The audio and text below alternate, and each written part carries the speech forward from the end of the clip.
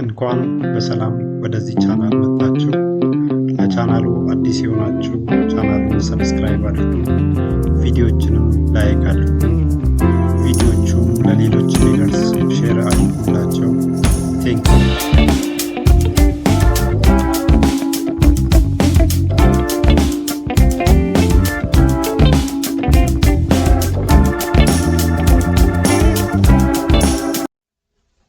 የአይሁድ ክርስትና እና የእስልምና መሰረታዊ የግጭት ነጥቦች። ክርስትናና እስልምና የአብርሃም ሃይማኖቶች እንደመሆናቸው መጠን የሁለቱም መሰረት የአይሁድ ሃይማኖት ነው። ክርስትና በ0 ዓመተ ምህረት አካባቢ በኢየሱስ ሲመሰረት፣ እስልምና ደግሞ በ6ኛው ክፍለ ዘመን ወይንም በሂጅራ ካሌንደር በ0 አካባቢ በነቢዩ መሐመድ ተመሰረተ። ከላይ በስፋት እንደተመለከትነው ነቢዩ መሐመድ በመጀመሪያ ላይ የአይሁድ ክርስትናን ነቢያት፣ መጻሕፍትና መላእክትን እንደሚቀበል ሲናገር ከርሞ ተመልሶ ግን ነቀፋቸው። ክርስትናው ግን ከመነሻው የነቢዩ መሐመድን ነቢይነት፣ የቁርአንን ቅዱስ መጻሕፍትነት፣ በአጠቃላይ በነቢዩ መሐመድ የተሰራውን እስልምና አልተቀበለም። እንደ ክርስትናው ከኢየሱስ በኋላ የተሰራ ሌላ ኪዳን የለም። ስለዚህ ዘመኑ ወይንም ኪዳኑ የነቢዩ ኢሳና የእንጂል ወይንም የወንጌል ዘመን እንጂ የነቢዩ መሐመድና የቁርአን አይደለም። ዘመኑ የኢሳ በመሆኑ ኢሳ ተመልሶ ይመጣል። የነቢዩ መሐመድ መንገድም ከቀደምት ነቢያት መንገድ ተቃራኒ ነው። የእስልምና አምላክና የክርስትና አምላክ ተቃራኒ ናቸው። ቁርአኑም ከመጽሐፍ ቅዱሱ ተቃራኒ ነው። መጽሐፍ ቅዱሱ ላይም ምንም እንዳይጨመርበት ስለተባለ ቁርአንን ከዮሐንስ ራእይ በመቀጠል ማስቀመጥ አይቻልም በሚሉ ምክንያቶች ነቢዩ መሐመድንም ሆነ ቁርአኑን አሸጋሽጎ መቀበል አልቻለም። በእርግጥ እስልምና ነቢያት የሚፈርዱት በተወረደላቸው መጻሕፍት ነው እያለ፣ እንደዚሁም ኢየሱስ ተመልሶ በመምጣት በዓለም ላይ ፍትህ ያወርዳል እያለ ተመልሶ በነቢዩ ኢሳ ዘመን ነቢዩ መሐመድን ጣልቃ ማስገባቱ የአካሄድ ስህተት ነው። ከላይ በስፋት እንደተመለከተውም ነቢዩ መሐመድ እስልምናን ሲመሰርት በመጀመሪያ ራሱን በእስራኤል ነቢያት መስመር ውስጥ ለማስገባት ቢሞክርም ከዚህ መስመር ጋር ግን መተሳሰር ሆነ መመሳሰል አልቻለም። ነኝ ቢልም አለመሆኑ በብዙ መንገድ ተመለከተ። በወቅቱ የእስራኤል ነቢያትን አነሳስ የሚያውቀው ሕዝብም ነቢይ ከሆነ የሚሉ መስፈርቶችን በማስቀመጥ ነቢዩ መሐመድን መከተል እንደማይችል አሳየ። በዚህም ነቢዩ በእስራኤላውያን ነቢያት መንገድ ነኝ የሚለው አካሄድ እንደማያስኬደው ተገነዘበ። በዚህም ነቢዩ ራሱን ከአይሁድ ክርስትና መስመር በማስወጣት እስልምናን በራሱ መንገድ መሰረተ። ለሃይማኖቱ ማስፋፊያም የራሱን ፍቱን ዘዴዎች ቀየሰ። በዚህም ነቢዩ የሽብር፣ የጂሃድና ከእስልምና የወጣው ላይ አሰቃቂ እርምጃ በመውሰድ አዲስ የመሰረተው ሃይማኖት በአጭር ጊዜ ውስጥ በኃይል አስፋፋ። ከዚህ በተጨማሪም የሕዝብን ልብ ወደ እስራኤል ነቢያት መንገድ እንዳይናፍቅ የአይሁድ ክርስትና ሃይማኖት የተሳሳተ ሃይማኖት መሆኑን አስተማረ። በዚህም እስልምና በእስራኤል ነቢያት ላይ የተወረዱትን መጻሕፍት እንደሚቀበል ያስተማረበትን እውነታ በመተው፣ እንደዚሁም አላህ ላወረዳቸው መጻሕፍት ጥበቃ እንደሚያደርግ የተናገረውን ቃል በመተው ቀድመው በተወረዱት በአይሁድ ክርስትና መጻሕፍት ላይ ትችቶችን ሰነዘረ።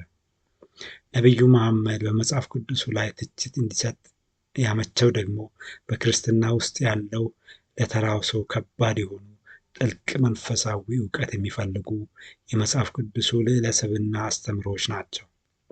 ነቢዩ እነዚህን አስተምሮች ሰብስቦ የክርስትና ስህተቶች ብሎ ለያቸው። ነገር ግን ነቢዩ እነዚህ ስህተት ብሎ የለያቸው የክርስትናን አስተምሮች በሰላሙ ዘመን ሲነካካቸው ስለነበረ አሁን ያቀረባቸው ሂሶች ከመጀመሪያ አስተምሮ ጋር ተመልሶ ሲቃረንበት ነበረ።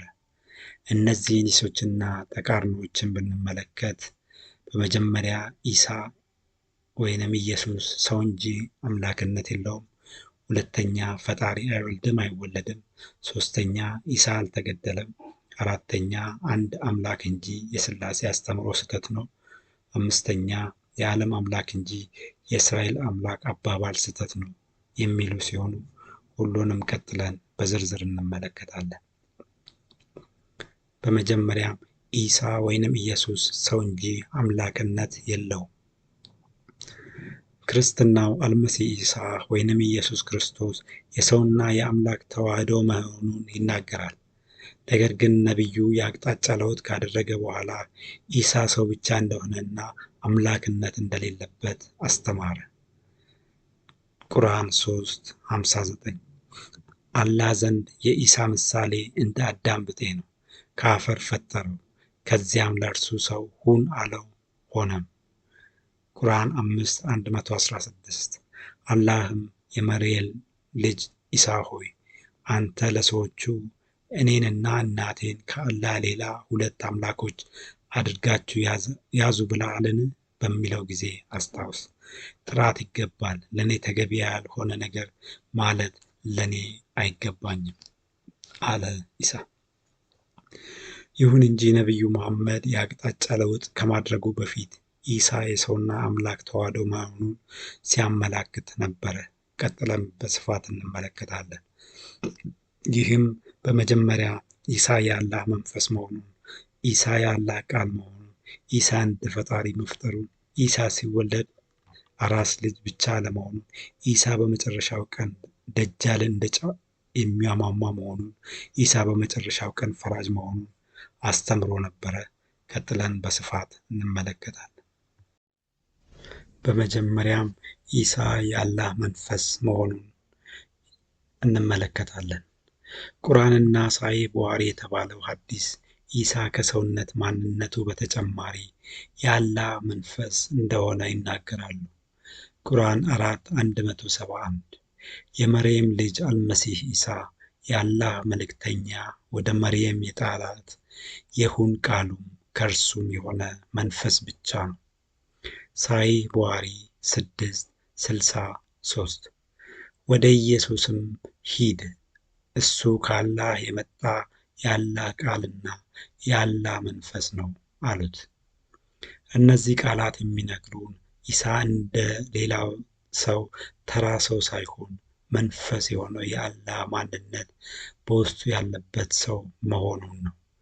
ብቻ የሚለው ቃል ደግሞ የኢሳን ጊዜያዊውን ሰውኛ ማንነት እንኳን የዘነጋ አገላለጽ ነው። ማንም ሰው ሆነ መልአክ የፈጣሪ መንፈስ አልተባለም። ቁርአን ላይ ጅብሪል ከሚለው ቃል ጎን የአላህ መንፈስ የሚል ቃል በቅንፍ ይቀመጣል። በቅንፍ የሚቀመጠው አሰራር የሰዎች ቅጥያ እንጂ መቼም አላህ በቅንፍ እያለ አይናገርም። ይሁን እንጂ ቁርአኑ ያለ ቅንፍ በቀጥታ የአላህ መንፈስ ያለው ኢሳን ብቻ ነው። ቁርአኑ ጅብሪልን ለምን በቀጥታ ያለ ቅንፍ የአላህ መንፈስ አላለውም? ኢሳንስ እንደ አዳም አፈር ነው ብሎ በምኑ ነው የፈጣሪ መንፈስ የሚባለው የሚለውን ስንመለከት የኢሳን ትክክለኛ ማንነት እንገነዘባለን። በቅንፍና ያለ ቅንፍ የመጻፍ ጉዳይ እንዳለ ሆኖ የአላህ መንፈስ የተባሉትን ሁለቱን ይህም ጅብሪልና ኢሳ ብቻ መሆናቸውን ስንመለከት ኢሳ ከሰው በላይ ከጅብሪል እኩል የሚያደርገው ማንነት እንዳለው እንመለከታለን። ሌሎች ኢሳ ከጅብሪል በላይ የሚያደርጉ ተጨማሪ ቁርአናዊ መገለጫዎችን ደግሞ ቀጥለን እንመለከታለን። ሁለተኛ ኢሳ የአላህ ቃል መሆኑ። ኢሳ ከሰውኛ ማንነቱ እና ከአላህ መንፈስነቱ በተጨማሪ የአላህ ቃል እንደሆነ ቁርአኑ ይነግረናል። ሳሂህ ቡኻሪ 6:63 ላይ ወደ ኢየሱስ ሂድ እሱ ከአላህ የመጣ የአላህ ቃልና የአላህ መንፈስ ነው። ቁርአን 4:171 የመርየም ልጅ አልመሲህ ኢሳ የአላህ መልእክተኛ ወደ መርየም የጣላት የሁን ቃሉም ከእርሱም የሆነ መንፈስ ብቻ ነው። ቁርአን 19:34 ይህ የመርየም ልጅ ኢሳ ነው። ያ በእርሱ የሚጠራጠሩበት እውነተኛ ቃል ነው። ኢየሱስ የአላህ ቃል ተብሏል። የትኛውም ሰው ይሁን መልአክ በአላህ ቃል ተፈጠረ እንጂ ራሱ የአላህ ቃል ነው አልተባለም። ኢየሱስ ግን ከሰውና ከመልአክ በተለየ የአላህ ቃል ነው። መጽሐፍ ቅዱሱም ኢሳን የፈጣሪ ቃል ነው ይለዋል። የፈጣሪ ቃልና የሰው ቃል ይለያያል። በሰውኛ ቃል ማለት ድምፅ ማለት ሲሆን የፈጣሪ ቃል ግን ከድምፅ ትርጉም በተጨማሪ ሌላ ትርጉም አለው። ፈጣሪ ፍጥረታትን የፈጠረው በቃሉ ነው። ስለዚህ የፈጣሪ ቃል እንደ ሰው ቃል ድምፅ ማለት ብቻ ሳይሆን ከፈጣሪ የሚወጣ የፈጣሪ የመፍጠር ማንነት ማለት ነው። ኢሳ ደግሞ የፈጣሪ ቃል በመሆኑ ኢሳ ሰሪ የሆነው የአምላክ ማንነት መሆኑን እንመለከታለን። ይሁን ቃሉም የሚለውም ተመሳሳይ ሐሳብን ያሳያል። ፈጣሪ ፍጥረታትን የሚፈጥረው ሁን ብሎ ነው። በዚህም ኢሳ የሁን ቃል ነው ሲባል ኢሳ የፈጣሪ የመፍጠር ማንነት ማለት ነው። ይህንን እውነታም ኢሳ በምድራዊ ሕይወቱ ወቅት አረጋግጧል።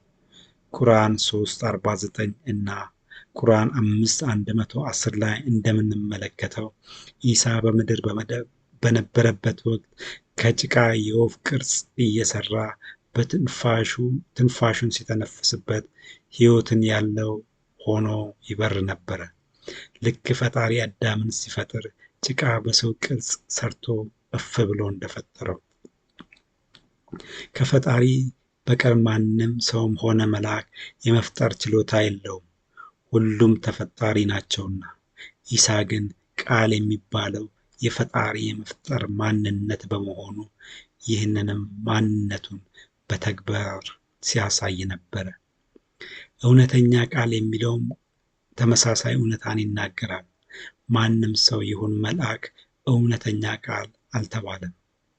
እነዚህ ከላይ የቀረቡት ማስረጃዎች በአንድ ላይ የሚነግሩን ኢሳ በአላህ ቃል የተፈጠረ ሳይሆን ኢሳ ራሱ የአላህ የመፍጠር ማንነት ይህም የአላህ ቃል መሆኑን ነው።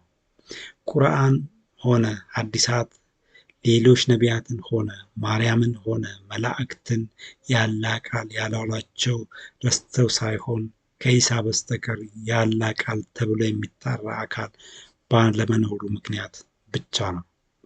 ኢሳ ከሰውነት ማንነቱ በተጨማሪ የፈጣሪ ቃል እንደሆነ የሚያሳዩት ማስረጃዎች እና ከላይ የተመለከተው ኢሳ ከሰውነት ማንነቱ በተጨማሪ የፈጣሪ መንፈስ መሆኑ የተነገረባቸው እውነታዎች በአንድ ላይ የሚያሳዩን ኢሳ ከሰው ማንነቱ በተጨማሪ የፈጣሪ ማንነትን በውስጡ እንዳለና በዚህም ኢሳ የሰውና የአምላክ ተዋህዶ መሆኑን እንመለከታለን። ሶስተኛ ኢሳ ሲወለድ አራስ ብቻ አለመሆኑ። ቁርአን የሰው ልጅ ሲወለድ ምንም እንደማያውቅ ይናገራል። ቁርአን 16:78 አላህ ከእናቶቻችሁ ሆዶች ምንም የማታውቁ ሆናችሁ አወጣችሁ። ሰዎች በመሆናችን የዚህን ቃል ትክክለኛነት እናውቃለን። ነገር ግን ኢሳ ከሰው ማንነት በተጨማሪ ከላይ የተመለከትነውን የፈጣሪ ማንነት ስላለው ሲወለድ እንደ ማንኛውም ሰው ያለ እውቀት አልነበረም። ቁርአን 19:22-30 መርየም ወዲያው አረገዘች፣ በእርሱም በሆዷ ይዛው ወደ ሩቅ ስፍራ ገለል አለች። ምጡም ወደ ዘንባባው አስጠጋት። ዋ ምኞቴ፣ ምነው ከዚህ በፊት በሞትኩ ተረስቼ የቀረሁ በሆንኩ አለች። ከበታቿም እንዲህ ሲል ጠራት፣ አትዘኚ፣ ጌታሽ ከበታችሽ ትንሽ ወንዝ በእርግጥ አድርጓል። የዘንባባይቱንም ግንድ ወደ አንቺ ወዝውዣት፣ በአንቺ ላይ የበሰለ የቴምር እሸት ታረግፍልሻለችና ብይም፣ ጠጪም፣ ተደሰቺም። እኔ ለአረማን ዝምታን ተስያለሁ፣ ዛሬ ፍጹም ሰውን አላናግርም በይ። በእርሱም የተሸከመችው ሆና ወደ ዘመዶቿ መጣች። ዘመዶቿም መርየም ሆይ ከባድ ነገር በእርግጥ ሰራሽ አሏት። የአሮን እህት ሆይ አባትሽ መጥፎ ሰው አልነበረም፣ እናትሽም አመንዝራ አልነበረችም አሏት። ወደ እርሱም ጠቀሰች። በአንቀልባ ያለን ሕፃን እንዴት እናናግራለን አሉ። ሕፃኑም አለ፣ እኔ የአላህ ባሪያ ነኝ፣ መጽሐፍም ተሰጥቶኛል፣ ነቢይም አድርጎኛል፣ በየትም ስፍራ ብሆን ብሩክ አድርጎኛል፣ በሕይወትም እስካለው ሶላት በመስገድ ዘካንም በመስጠት አዞኛል፣ ለእናቴም ታዛዥ አድርጎኛል፣ ትዕቢተኛ እምቢተኛ አላደረገኝም። በመጀመሪያ መርየም በምጧና በብቸኝነቷ ምክንያት ስትማረር ይህ አራስ የመርየምን ቋንቋ ተረድቶ ፍላጎቷን አስተውሎ መርየም እግር ስር ሆኖ መርየም ያልተመለከተችውን የሚጠጣ ውሃና የሚበላ ቴምር መኖሩን አውቆ በማርያም ቋንቋ ነው የተናገረው። ከዚያም ለአልረህማን ስለት መሳል። ሰዎች ብዙ ጥያቄ ይዘው እንደሚጠብቋትና ለእነርሱም ምን አይነት መልስ መመለስ እንዳለባት መከራት። ሰዎችም መርየምን የትዝብት ጥያቄ ሲጠይቋት ለእርሷ ጠበቃ በመሆን ስለ ራሱ አስረዳ። ኢሳ እንደተወለደ እንደዚህ የተናገረው ኢሳ ሲወለድ ከሥጋ ማንነቱ በተጨማሪ ሁሉን አዋቂ የሆነው የአምላክን ማንነት ስለተሸከመ ነው። ኢሳ በዚሁ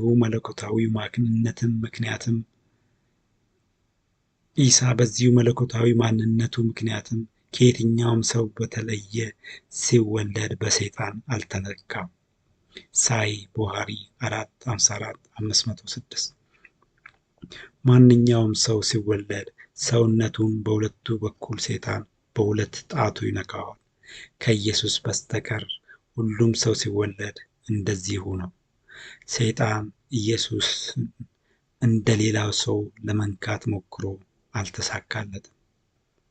በዚህም ኢሳ ሲወለድ ሰው ብቻ እንዳልነበረና ከሰው ማንነት በተጨማሪ አምላካዊ ማንነትን ተዋህዶ እንደተወለደ እንመለከታለን።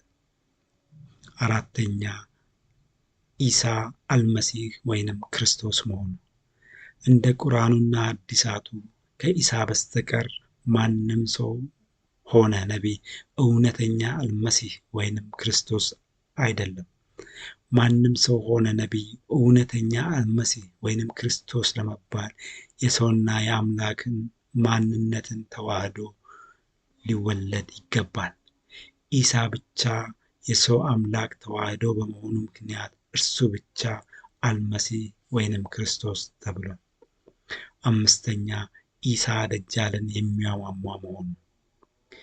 ኢሳ የሰው አምላክ ተዋህዶ በመሆኑ በውስጡ በተዋህደው አምላካዊ ማንነት ግዙፉን ጠንካራውንና አስፈሪውን ደጃል እንደ በረዶ ያሟሟዋል።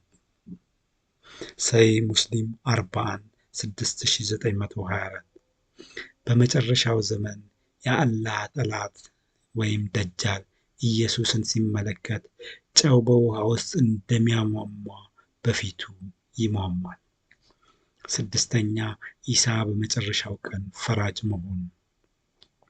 በእስልምና ማን ገነት እንደሚገባና ማን ደግሞ ሲኦል እንደሚገባ በአላህ ዘንድ አስቀድሞ የተወሰነ ነገር ነው። ነገር ግን አላህ በፍርዱ ማንንም ስለማያጋራ የፈጣሪን ፍርድ ከፍርድ ቀን በፊት ማንም ሊያውቅ አይችልም። ኢሳ ግን የአምላክ ማንነት በውስጡ ስለያዘ ዛሬ ላይ ሆኖ ማን ገነት እንደሚገባ ይባሱንም ከዚያ አልፎ በገነት ውስጥ ሰዎች ስለሚኖራቸው ደረጃ እንኳን ያውቃል። ሰሂህ ሙስሊም 41-7015 ደጃል የተባለው ሰይጣን በሚገለጥበት ዘመን የመርየም ልጅ ኢሳ ይመጣና ያለቀሱትን ሰዎች እንባ ያብስና በገነት ውስጥ የሚኖራቸውን ደረጃ ይነግራቸዋል። ይህም የኢሳ ዕውቀት የፈራጅ አምላክ ማንነት በውስጡ እንዳለ ያሳያል። ይህንን እውነታ በመመልከት ነው ነቢዩ መሐመድ ሕይወቴ በእጁ በሆነችው ኢሳ ያለው። ሰሂህ ሙስሊም 1-287 ላይ ተገልጿል። ይህ ሀሳብ በአጠቃላይ ስንመለከት ኢሳ የትኛውም ሰውና መልአክ ያልሆነውን የአላህ መንፈስና የአላህ ቃል መሆኑ በውስጡ ባለው መለኮታዊ ኃይልም ሲወለድ ሁሉን አዋቂ ሆኖ መወለዱ ሰይጣንም ሊነካው ሞክሮ ያልተቻለው መሆኑ ደጃልን የሚያሟሟ መሆኑ ሰዎች ላይ የሚፈረደውን ፍርድ ዛሬ ላይ ሆኖ የሚያውቅ መሆኑን ስንመለከት ኢሳ እንደኛ አይነት ተራ ሰው ሳይሆን ከሰውኛ ማንነቱ በተጨማሪ የፈጣሪ ማንነት የተዋሃደው ሰው መሆኑን እንረዳለን። በዚህም ነቢዩ መሐመድ የአቅጣጫ ለውጥ በማድረጉ ምክንያት ተመልሶ የኢሳን አምላክ ሰው ተዋህደው ማንነት ወደ ሰው ብቻ ነው አውርዶ ይናገር እንጂ ኢሳ አምላካዊ ማንነት እንደነበረበት አስቀድሞ ሲያመላክት ነበር።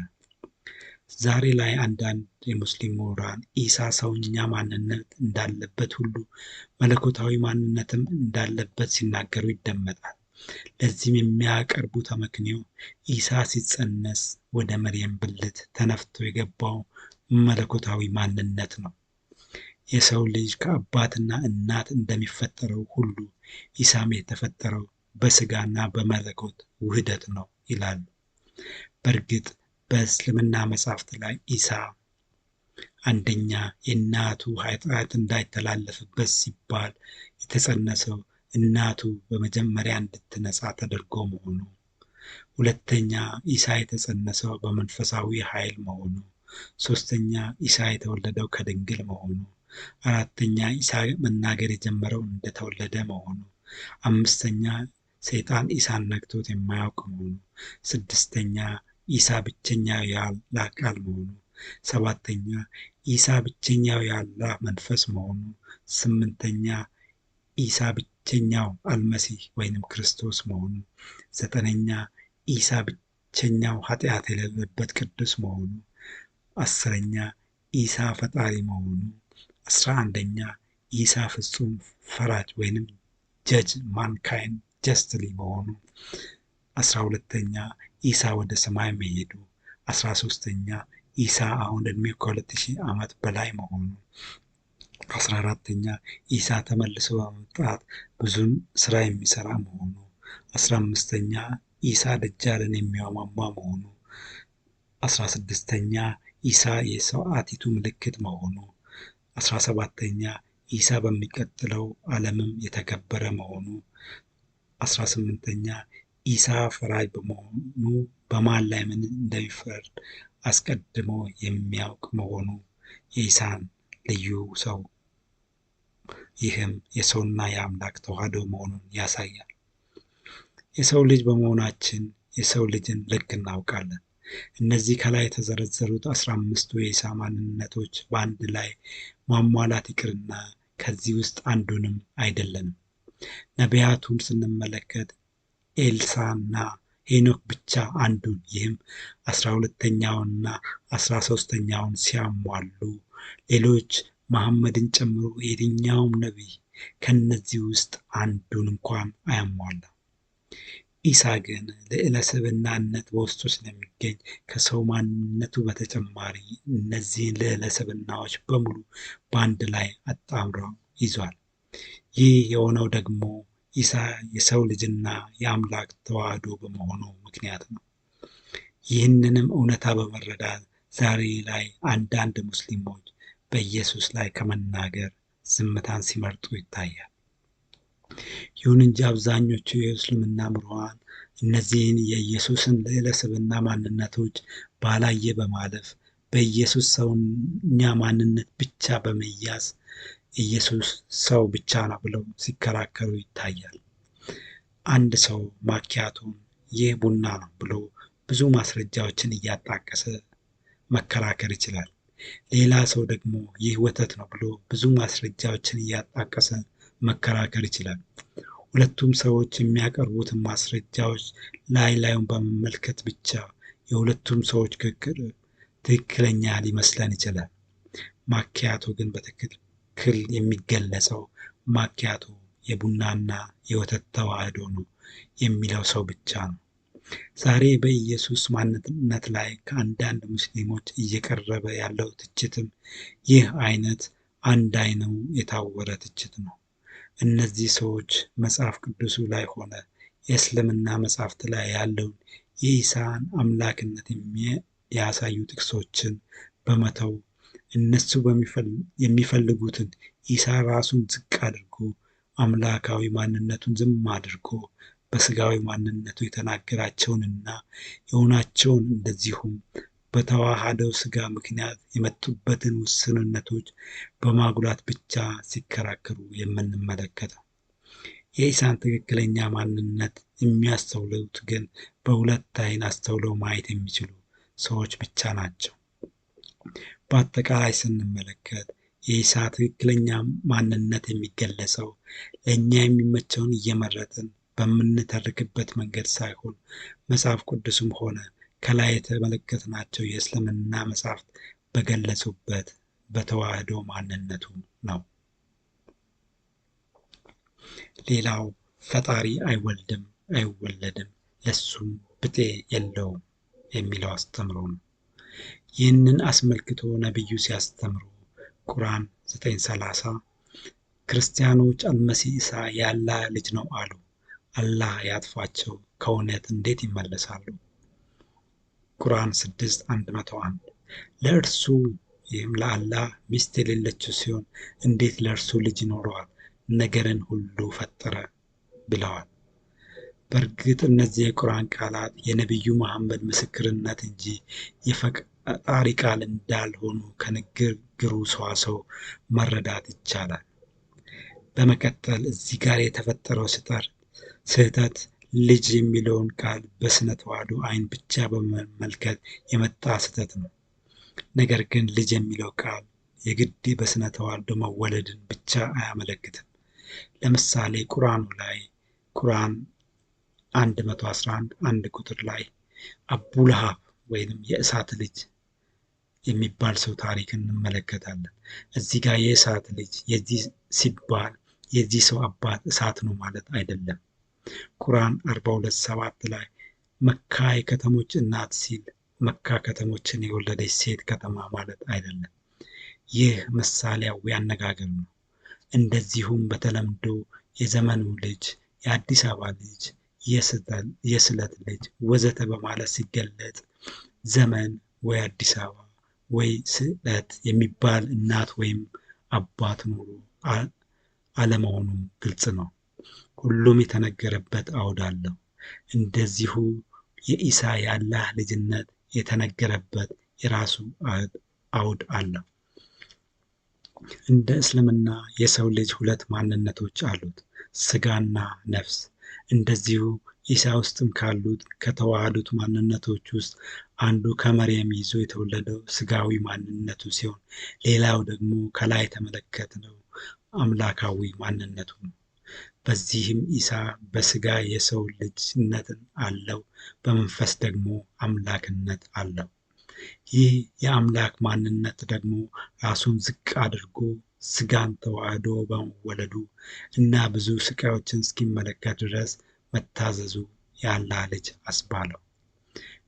መጽሐፍ ቅዱስ ፊልጵስዩስ ምዕራፍ 2 ቁጥር 7-8 ላይ በሰው ምሳሌ ሆኖ ራሱን ባዶ አደረገ፣ በምስሉም እንደ ሰው ተገኝቶ ራሱን አዋረደ፣ ለሞትም ይሄም ለመስቀል ሞት እንኳን የታዘዘ ሆነ ይላል። በዚህም የኢሳ የአላህ ልጅነት በዚህ ራስን ዝቅ በማድረግና በመታዘዝ አውድ የሚፈታ እንጂ በስነ ተዋልዶ ልጅነት የሚፈታ አይደለም። ኢሳ ራሱን ዝቅ አድርጎ የአላህ ልጅ መሆን ያስገደደው ደግሞ ከታች በስፋት እንደምንመለከተው ለቁርአናዊና መጽሐፍ ቅዱሳዊ ምክንያት ነው። አምላክ ስለማይወልድ እና ስለማይወለድም የኢሳ አምላካዊ ማንነት ከኢሳ ስጋዊ ማንነት ጋር ተዋሃደ እንጂ አልተወለደምም አይወለድምም። መጽሐፍ ቅዱሱ በኢሳ ውስጥ ስለተዋሃደው ዘላለማዊ ስለሆነውና ስለማይወለደው አምላካዊ ማንነትና የእግዚአብሔር ልጅነት አንድነትና ልዩነት ሲናገር ዕብራውያን 7:3 አባትና እናት የትውልድም ቁጥር የሉትም። ለዘመኑም ጥንት ለሕይወቱም ፍጻሜ የለውም። ዳሩ ግን የእግዚአብሔር ልጅ ተመስሎ ለዘላለም ካህን ሆኖ ይኖራል ይላል። በዚህም በኢሳ ውስጥ የተዋሃደው አምላካዊ ማንነት አልተወለደም፣ እናትም አባትም የሉትም። ዘላለማዊ በመሆኑ መጀመሪያም ፍጻሜም የሉትም። የሚኖረውም የእግዚአብሔር ልጅ ተመስሎ ነው። እዚህ ጋር ለአብዛኛው ሙስሊም ጥያቄ የሚፈጥረው አምላክ እንዴት የሰውን ስጋ ተዋህዶ ሊወለድ ይችላል የሚለው ነው። ይህ አምላክ ሁሉን ነገር ማድረግን ሁሉን ነገር መሆን መቻሉን ካለማወቅ የመጣ ስህተት ነው። በምሳሌ ብንመለከት እንኳን ቁርአን 19:17 ላይ መንፈሳችንንም ወደ እርሷ መርየም ላክን፣ ለእርሷም ትክክለኛ ሰው ሆኖ ተመሰላት የሚለውን መመልከት ይቻላል። የአላህ መንፈስ እንዴት ሰው ሊመስልና እንደ ሰው ዓይን፣ አፍንጫ ወዘተ ኖሮት ሊታይ ይችላል አይባልም። እሱ ሁሉም መሆን ስለሚችል እንዳለ እንቀበለዋለን። በዚህም ፈጣሪ እንደዚህ መሆን አይችልም የሚለው አነጋገር ስህተት ነው። ሌላው ኢሳ አልተገደለም የሚለው ሀሳብ ነው። ይህንን አስመልክቶ ቁርአን 4:157 እስከ 158 እኛ የአላህ መልእክተኛ የመርየም ልጅ አልመሲህ ኢሳን ገደልን በማለታቸው ረገምናቸው። አልገደሉትም አልሰቀሉትምም፣ ግን ለእነርሱ የተገደለ ሰው በኢሳ ተመሰለ። እነዚያ በእርሱ ነገር የተለያዩት ከእርሱ መገደል በመጠራጠር ውስጥ ናቸው። ጥርጣሬን ከመከተል በስተቀር በእርሱ ነገር ምንም እውቀት የላቸውም። በእርግጥ አልገደሉትም፣ ይልቁንስ አላህ ኢሳን ወደሱ አስነሳው ይላል። በዚህ ቃል ውስጥ ብዙ እርስ በርስ ግጭቶችን እንመለከታለን። በመጀመሪያ አላህ ሌላ ሰው ኢሳን እንዲመስል አድርጎ ያስገደለው ሰውዬ አላህ ሌላ ሰው እንዲመስል ያደረገው ለገዳዮቹ እንጂ ለኢሳ ተከታዮች አይደለም። ነገር ግን ኢሳ እንደተገደለና ከሞት እንደተነሳ የተናገሩት ገዳዮቹ ሳይሆኑ እናቱን ጨምሮ የሥጋ ወንድሞቹ ጨምሮ አላምንም ያለውን ቶማስ ጨምሮ አጠቃላይ ተከታዮቹ ናቸው።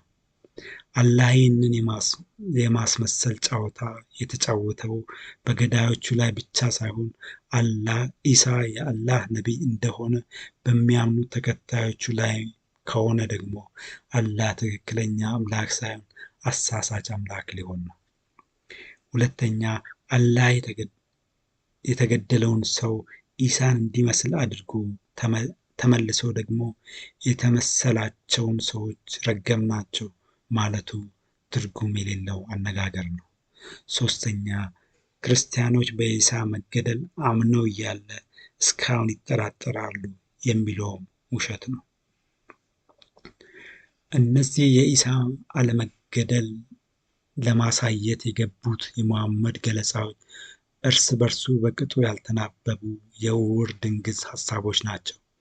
ነቢዩ መሐመድ ግን ከ600 ዓመታትና ከ1600 ኪሎ ሜትሮች ርቀት ላይ ሆኖ የኢሳን ሞትና ትንሣኤ ለመሸፋፈን ሲነሳ በዓይናቸው የተመለከቱትና ስለ ሞቱና ትንሣኤው የጻፉት ሐዋርያቶች በላይ ተአማኒነት ይኖረኛል ብሎ ማሰብ አልነበረበትም።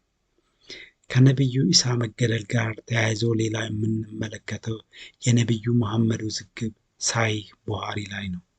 ሳሂህ ቡኻሪ 456-683 አንዱን ነቢይ ሕዝቦቹ ደም በደም እስኪሆን ድረስ ሲደበድቡት፣ እርሱ ግን የሚያደርጉትን አያውቁምና ይቅር በላቸው ሲል ነበር። ነቢዩ የዚህን በሕዝቦቹ ተደብድቦ ደም በደም ስለሆነው ነቢይ የጀመረውን ሐሳብ ባይቀጥልበትም ከነቢዩ መሐመድ በፊት ከነበሩት ከእስራኤል ነቢያት ውስጥ ደም በደም እስኪሆን ድረስ የተደበደበውና የሚያደርጉትን አያውቁምና ይቅር በላቸው ብሎ የማለደው ነቢይ ኢሳ ብቻ መሆኑን ስንመለከት ነቢዩ መሐመድ ከእንጂል ወይንም ከወንጌል ላይ ስለ ነቢዩ ኢሳ ጀምሮት ያልጨረሰው ታሪክ እንዳለ እንረዳለን። ነቢዩ ከላይ ከተመለከቱት አስተምሮቹ ጋር እንዳይጋጭበት ሲል የኢየሱስን መደብደብ እንጂ የመገደልና የትንሣኤ ጉዳይ ጋር መሄድ አልፈለገም።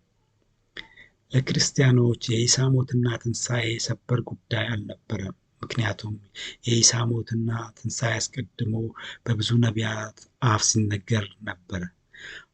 አሁን ላሉት ክርስቲያኖችም አጠራጣሪ ጉዳይ አይደለም።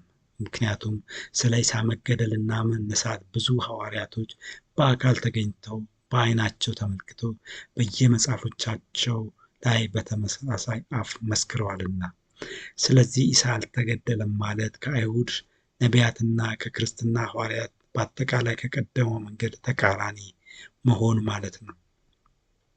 የኢሳ መገደልም አሳዛኝ ቢሆንም ግን ለክርስትና ደግሞ አስፈላጊ ነገር ነበረ። ምክንያቱም ያለ ደም የኃጢአት ስርየት የለምና። ኢሳ አልተገደለም ከሆነ ከፈጣሪ አሰራር አንጻር በእስልምና ላይ ትልቅ ክፍተት ይፈጠራል። ቁርአኑ እንደሚናገረው በዘመናት ውስጥ የማይሻር አንድ ቋሚ የፈጣሪ አሰራር አለ። ይህም ኃጢአት የሚሰረየው በመስዋዕት ብቻ መሆኑ። ቁርአን 22:34 ለአሕዛብ ሁሉ ወደ አላህ መስዋዕትን ማቅረብን ደነገግን። ይህ የአላህ የማይሻር ዘላለማዊ ሕጉ ነው። አብርሃምም ይህንን ስርዓት ሲተገብረው ነበረ። ቁርአን 37:107 የኢብራሂምን ልጅ በታላቅ እርድም ወይንም መስዋዕት ተቤዠ ነው ይላል። ነቢዩ መሐመድ ግን በዚህ ጉዳይ ላይ ሁለት ልብ ሆኖ ለሐጅና ዑምራ በዓል ከኃጢአት ለመንጻት ከብቶችን ለመስዋዕት ሲያቀርቡ ነበረ። ሳሂህ ቡኻሪ 16293 አይሻ እንደተናገረችው ነቢዩ ለሐጅ ካዕባ በሄደበት ወቅት ስለ ሚስቶቹ ላሞችን መስዋዕት አቀረበ። ሳሂህ ቡኻሪ 768 453 እስከ ሳሂህ ቡኻሪ 768 480 ያለው ክፍል የሚተርከው የአል አድሃ በዓል ላይ ሙስሊሙ ማህበረሰብ እንዴት የእንስሳ መስዋዕት ማቅረብ እንዳለበት፣ ምን አይነት እንስሳ እንደሚቀርብ፣ እንዴት እንደሚያርድ፣ ስጋቸው ምን እንደሚያደርግ ወዘተ ያስተምራል። ነቢዩ መሐመድ እንደዚህ በሐጅና ዑምራ ወቅት ስለ ኃጢአታቸው እንስሳትን ለመስዋዕት ቢያቀርቡም ስለ ሌላው ኃጢአታቸው ግን ምንም አሰራር ማስቀመጥ አልቻሉም። በብሉይ ኪዳን ዘመን አይሁዶች በየጊዜው ስለ ኃጢአታቸው የእንስሳት መስዋዕትን ያቀርቡ ነበረ። ይሁን እንጂ የሰው ልጆች ኃጢአት በአይነትና በመጠን እየበዛ በእንስሳቱ ደም መንጻት አልቻለም። በዚህም በአዲሱ ኪዳን በእንስሳት ፋንታ ኢየሱስ መስዋዕት ሆኖ ለሰው ልጆች ኃጢአት በሙሉ ማስተሰሪያ ሆነ። በዚህም ሰዎች በኢየሱስ ሲያምኑ ኃጢአታቸው በኢየሱስ ደም ይነጻል። እስልምናው ጋር ስንመጣ ግን ከሐጅና ዑምራ ጊዜ ውጭ ያለው ኃጢአት እንዴት ስርየት እንደሚያገኝ የተቀመጠ አሰራር የለም። ወይ እንደ አይሁዱ የእንስሳት መስዋዕት በማቅረብ ወይ እንደ ክርስቲያኑ በኢየሱስ መስዋዕትነት በማመን አይሰረይም። በዚህም የእስልምና አስተምሮ መሃል ሜዳ ላይ የቀረ አስተምሮ ሆኗል። ኢየሱስ መሞት ያስፈለገውም ይህንን ክፍተት ለመዝጋት ነበር። ሌላው ከኢሳ መሞት ጋር በተያያዘ ኢሳ አምላክ ከሆነ እንዴት አምላክ ይገደላል የሚለው ጥያቄ ሲነሳ ይታያል። ይህ አንድ መሰረታዊ እውነታን ያላስተዋለ አባባል ነው። አንድ ሰው ተደብድቦ ሲገደል የሚደበደበውም ሆነ የሚሞተው ስጋዊ ማንነቱ እንጂ ነፍሳዊ ወይንም መንፈሳዊ ማንነቱ አይደለም። ስጋዊያን የሚጎዱት ስጋዊ ማንነትን ነው። ኢሳም ለሰዎች ኃጢአት ስርየት መስዋዕትን የከፈለው በስጋዊ ማንነቱ እንጂ በአምላካዊ ማንነቱ አይደለም። ሌላው አንድ አምላክ እንጂ አጋሪነት ወይንም የሥላሴ ትምህርት ስህተት ነው። ነቢዩ መሐመድ ያወገዘው ሌላ የክርስትና አስተምሮ የሥላሴን አስተምሮ ነው። በዚህም ቁርአን 5:73 ላይ እነዚያ አላህ ሶስተኛ ነው ያሉ በእርግጥ ካዱ፣ ከአምላክም አንድ አምላክ እንጂ ሌላ የለም። ቁርአን 4:171 አማልክት ሶስት ናቸው አትበሉ፣ አላህ አንድ አምላክ ብቻ ነው። ቁርአን 5:116 አላህም የመርየም ልጅ ኢሳ ሆይ አንተ ለሰዎቹ እኔንና እናቴን ከአላህ ሌላ ሁለት አምላኮች አድርጋችሁ ያዙ ብለሃልን በሚለው ጊዜ አስታውስ። ነቢዩ የሥላሴን አስተምሮ ያወገዘው ከተሳሳተ መረጃም ተነስቶ ነው። በቁርአን ምዕራፍ 5 ቁጥር 116 ላይ የቀረበውን ስንመለከት ነቢዩ ሥላሴ ብሎ የወሰደው ፈጣሪን ኢሳንና መርየምን ነው። ነገር ግን ክርስትናው ሥላሴ የሚለው አብ፣ ወልድ፣ መንፈስ ቅዱስ የሚባለውን የአንዱን ፈጣሪ ሦስት ማንነቶች እንጂ ፈጣሪን ኢሳንና መርየምን አይደለም።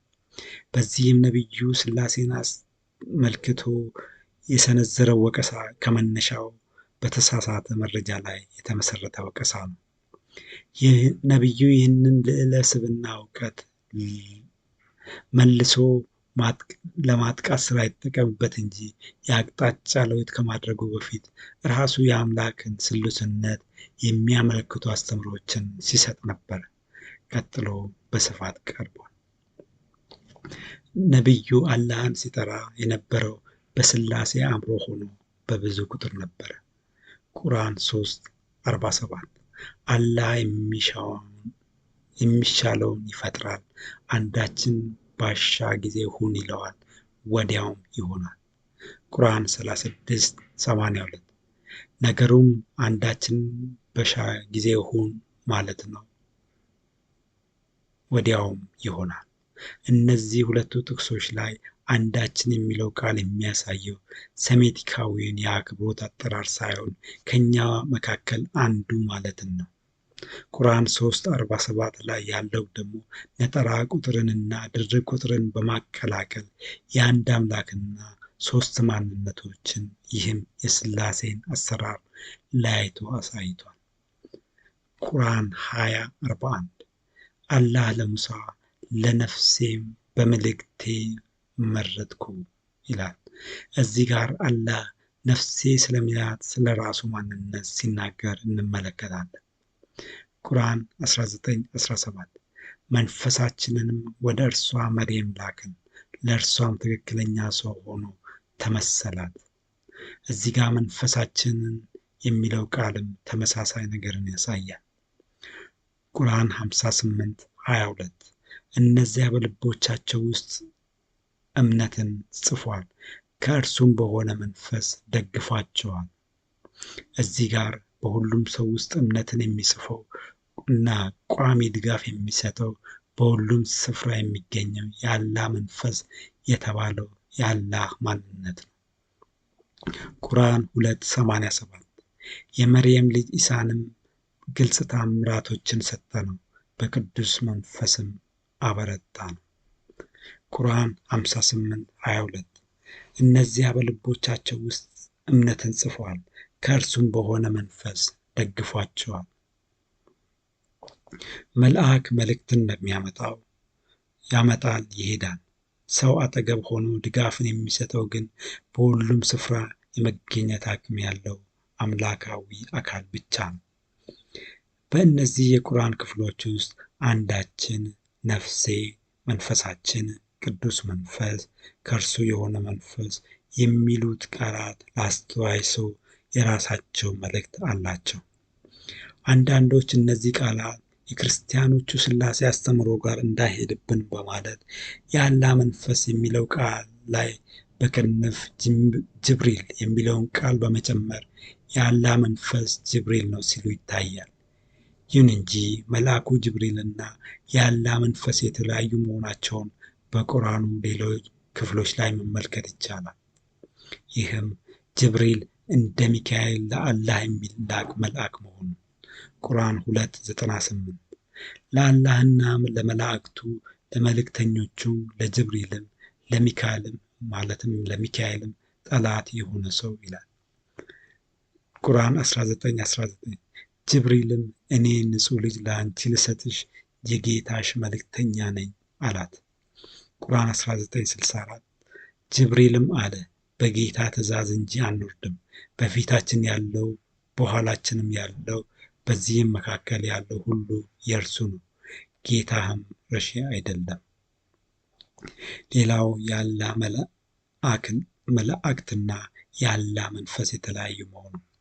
ቁርአን 7:4 መላእክቱና መንፈሱ ይላል። ቁርአን 78:38 መንፈሱና መላእክቶቹም ይላል።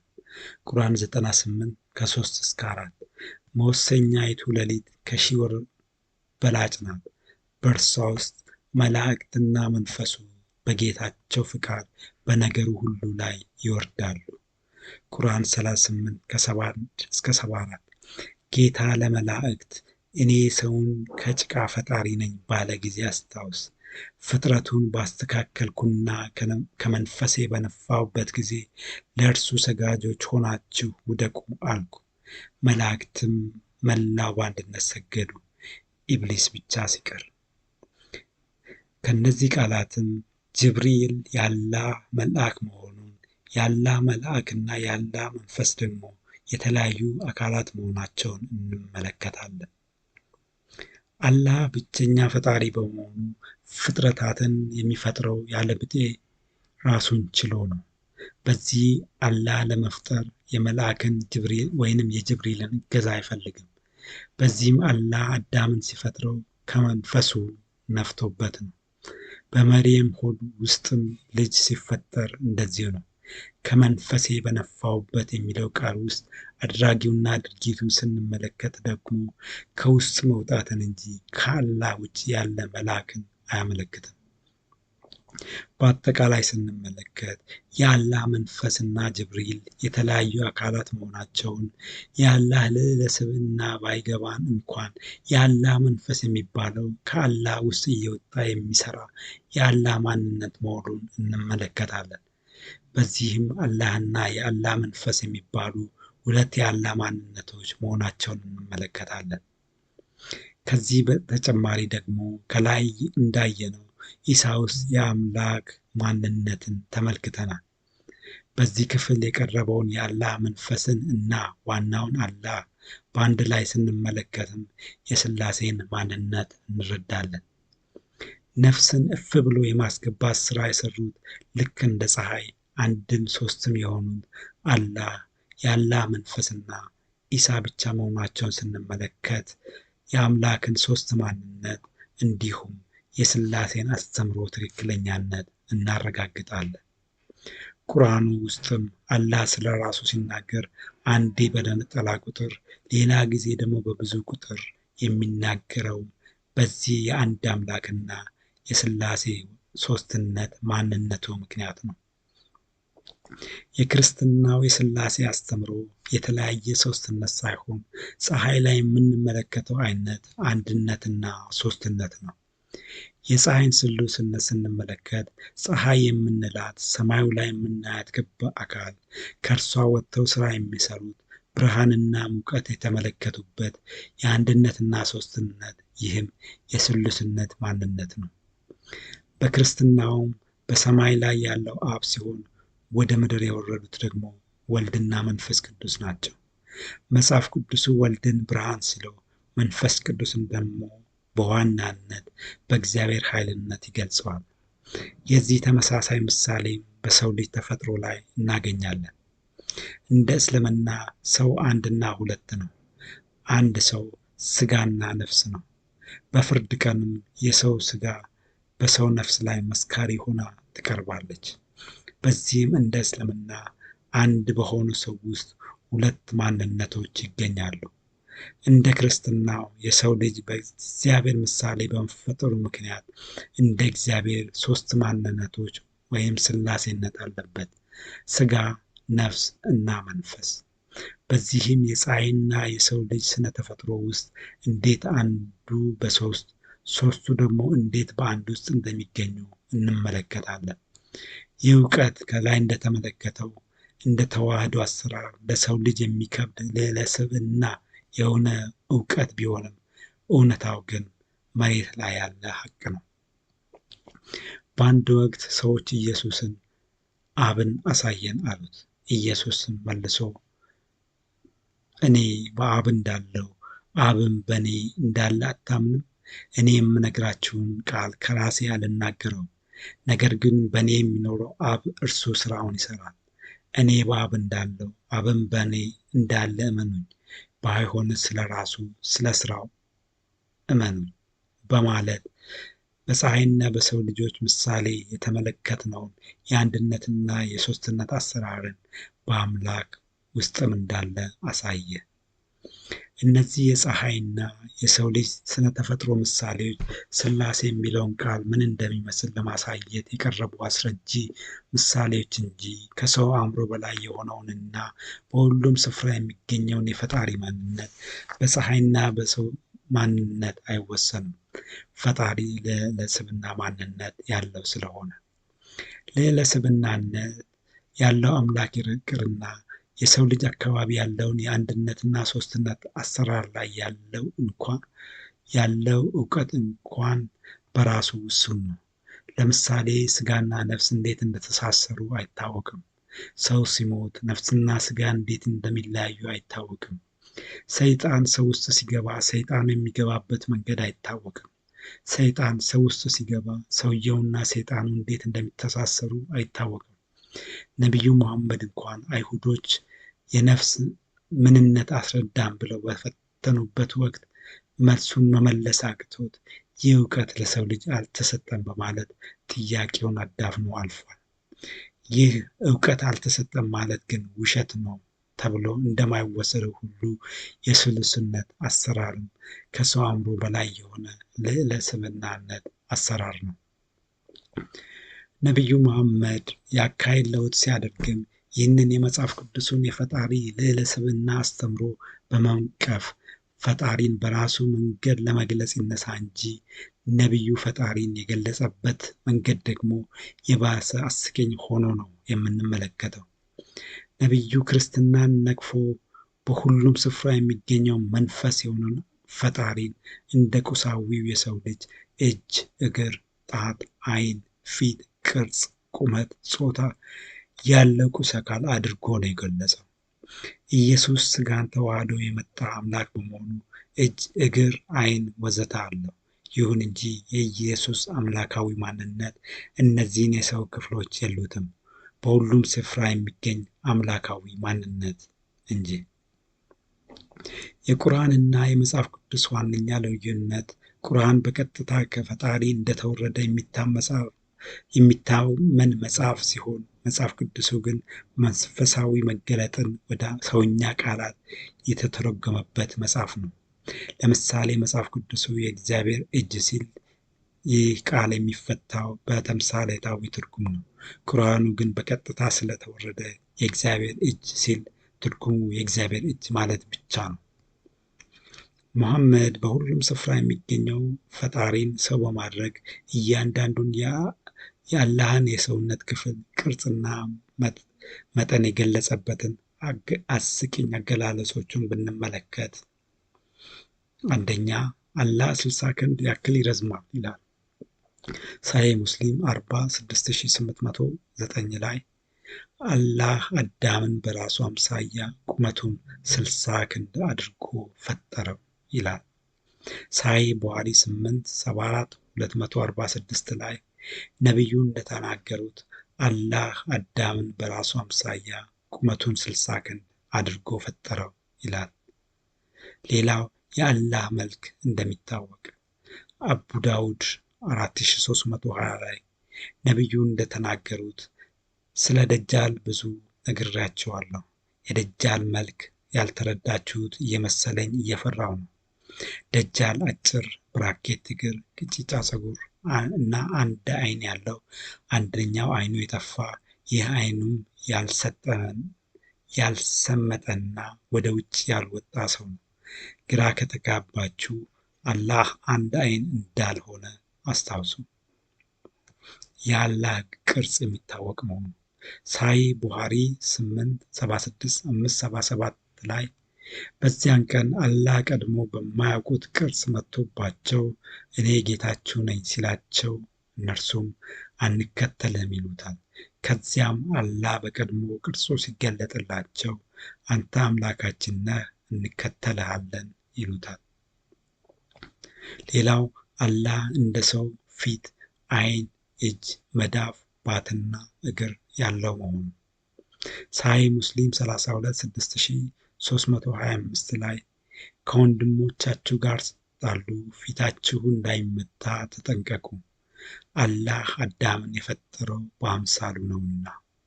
ቁርአን 55:27 የልቅናና የልግስና ባለቤት የሆነው የጌታ ፊትም ይቀራል አይጠፋም።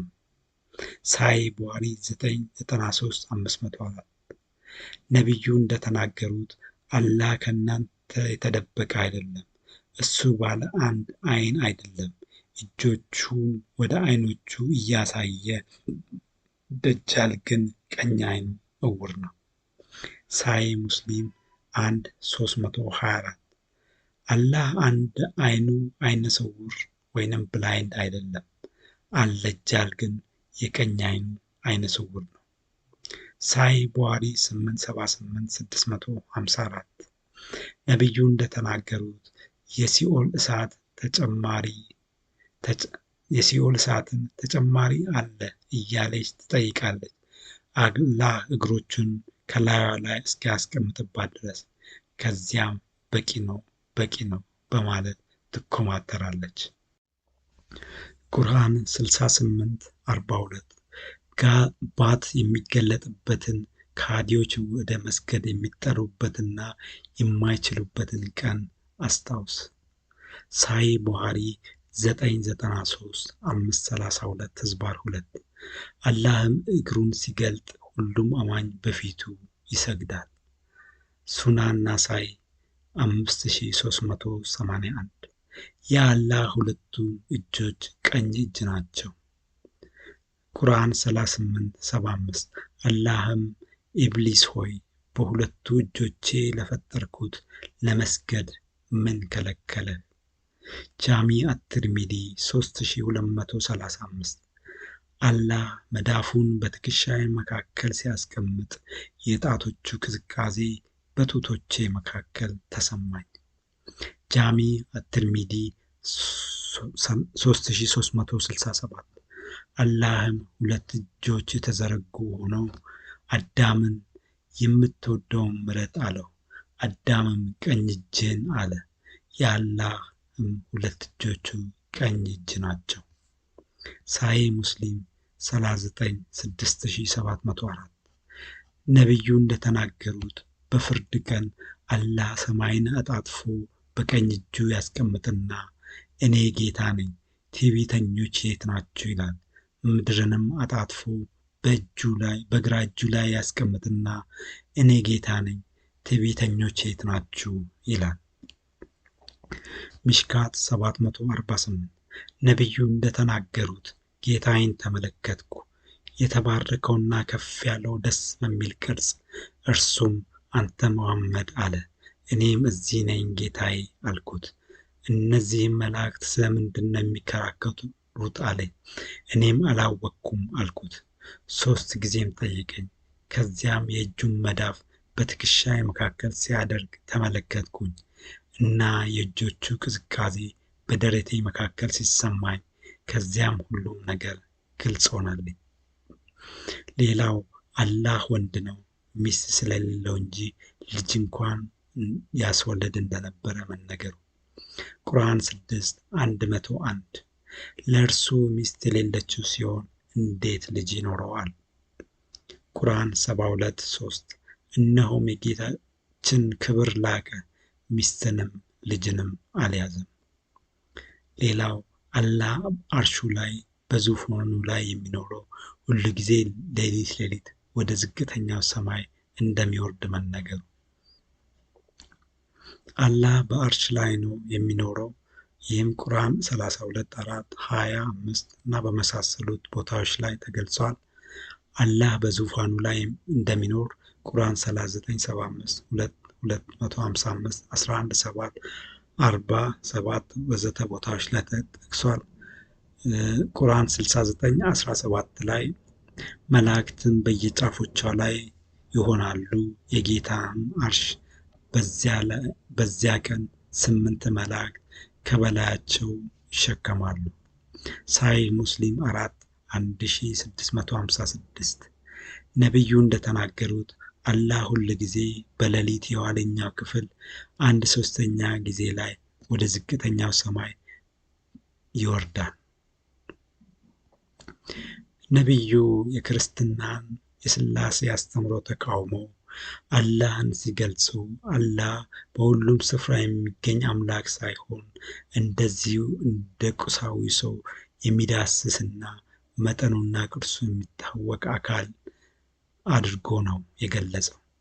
ፈጣሪ ልዕለ ስብዕና ያለውና በሁሉም ስፍራ የሚገኝ አምላክ በመሆኑ በሰው አእምሮ መቅረጽ አይቻልም። እንደ መሐመድ ለመቅረጽ ቢሞክርም ተቀባይነት አያገኝም አስቂኝ ድርሰት ከመሆን በስተቀር። ሌላው ነቢዩ የክርስትና ስህተት ብለው ያነሱት የዓለም አምላክ እንጂ የእስራኤል አምላክ አስተምሮ ስህተት መሆኑን የገለጹበት ነው። ይህ ሐሳብ የሚነሳው በመጽሐፍ ቅዱሱ ብዙ ስፍራዎች ላይ ያለውን የእስራኤል አምላክ ከእስራኤል ቤት የጠፉ በጎች የሚለውን አባባል በመቃወም ነው። በእርግጥ ቁርአኑም ለእስራኤል ከሌላኛው ዓለም ነጥሎ ትልቅ ስፍራን ይሰጣታል። ቁርአን 45:16 ለእስራኤል ልጆች መጽሐፍንና ሕግን ነቢይነትንም በእርግጥ ሰጠናቸው፣ ከመልካም ሲሳዮችን በእርግጥ ለገስናቸው፣ በዓለማት ላይም አበለጥናቸው።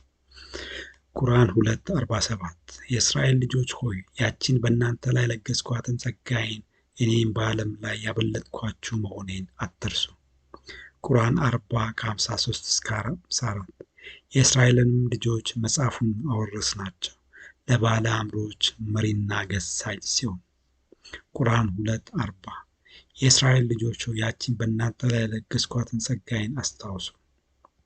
ቁርአን 38:45-47 ባሮቻችንንም ኢብራሂምን፣ ይስሐቅን፣ ያዕቆብን የኃይልና የማስተዋል ባለቤት የሆኑ አስታውሳቸው። እኛ ጥሩ በሆነች ጠባይ መረጥናቸው፣ እርሷም የመጨረሻይቱ አገር ማስታወስ ናት። እነርሱም እኛ ዘንድ ከመልካሞቹ ምርቶች ናቸው ይላል። በዚህም እስራኤል ለፈጣሪ የተለየች ሀገር መሆኗን በቁርአኑ ላይ እንኳን መዘገቡን እንመለከታለን። ይሁን እንጂ የእስራኤል አምላክ የሚለውን አጥርቶ ለማለፍ ያህል መጽሐፉ ላይ በመጀመሪያ እስራኤል የተባለው ያዕቆብ ሲሆን ከዚያም ይህ ስም የ12ቱ የያዕቆብ ልጆች ዘሮች ስም ሆነ።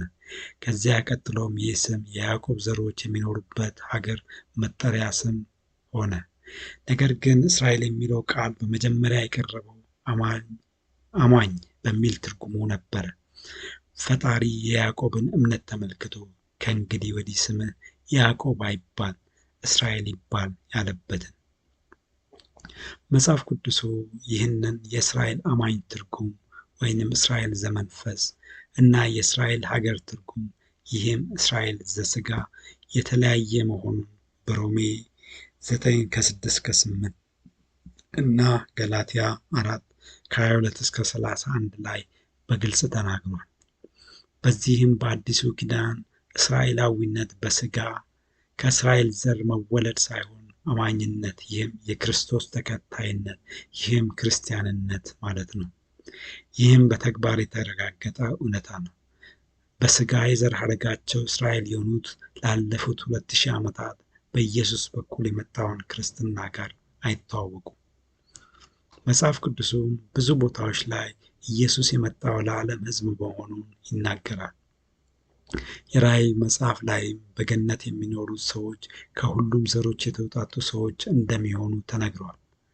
በበዓለ ሃምሳ ዕለትም አማኞች በእግዚአብሔር ጸጋ ከእስራኤል ቋንቋ በተጨማሪ በሌሎች ሀገራት ቋንቋ መናገራቸው የዚህ እውነታ ማሳያ ነው።